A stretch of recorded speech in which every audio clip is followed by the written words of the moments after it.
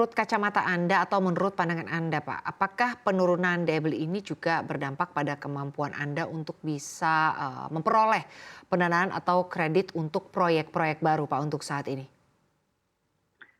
Saya kira, ya sangat berpengaruh ya kita, di, semester akhir ini apalagi kita untuk, eee, mengajukan kredit pinjaman itu saya kira perbankan juga menginjak rem dalam-dalam kan gitu dengan daya beli masyarakat yang, kecil sehingga perbankan juga, sangat selektif dalam memberikan, eee, kredit produknya terhadap industri properti. Saya kira hal yang wajar gitu. Jadi memang developer dituntut untuk betul-betul memaksimalkan sedikit potensi dari daya beli masyarakat ini untuk betul-betul, mengatur cash flow-nya dengan baik kan gitu.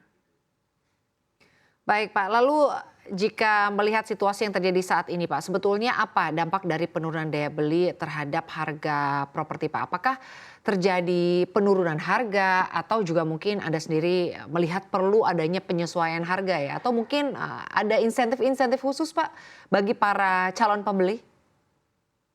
Kalau untuk penurunan harga saya kira tidak ya, karena memang harga tanah sendiri, eee, termasuk sudah mahal, bahan bakunya juga mahal. Yang kita optimalkan adalah, bagaimana kita memberikan layanan terbaik kepada calon konsumen, berupa misalkan gimik, kemudian, eee, sarana prasarana, perumahan, kemudian ya fasilitas yang ada di perumahan itu sendiri.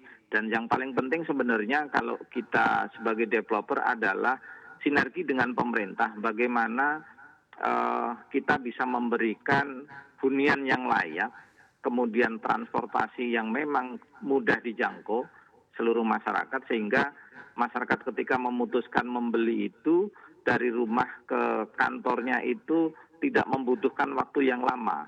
Jadi ini yang memang, sedang kita, diskusikan dengan pemerintah bagaimana, mensinergikan transportasi khususnya transportasi umum baik itu kereta, baik itu akses jalan, eee, jalan alternatif, jalan tol itu yang kita dorong supaya pemerintah betul-betul, ikut terlibat, di dalam memaksimalkan, potensi daya beli masyarakat yang saat ini sedang menurun. Baik, Pak. Terakhir, Pak, menurut Pak Solikin sendiri artinya kebijakan seperti apa atau langkah konkret seperti apa, Pak, yang perlu diambil oleh pemerintah begitu ya untuk saat ini agar bisa membuat sektor properti lebih bergeliat lagi, Pak? Terlepas dari memang mungkin perlu adanya insentif ya, Pak, mungkin yang lebih menarik lagi ke depannya. Seperti apa, Pak Solikin? Silakan. Ya kami di sektor properti tentunya mensyukuri bahwa pemerintah mengambil kebijakan yang sangat baik dengan adanya, kementerian baru, dan mudah-mudahan sinergi kementerian baru dengan program 3 juta rumah ini betul-betul bisa, sinergis bersama developer dan pemerintah.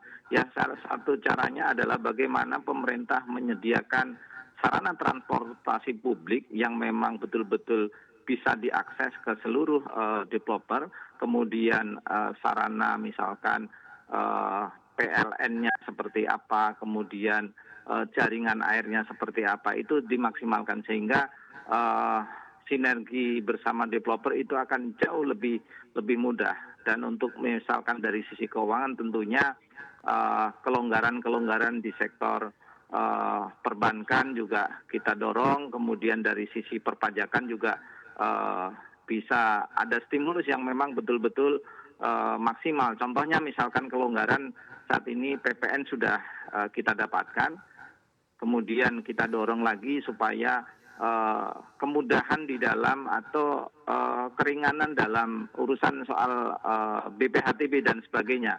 Mungkin itu yang, kita sudah, komunikasikan dengan pemerintah.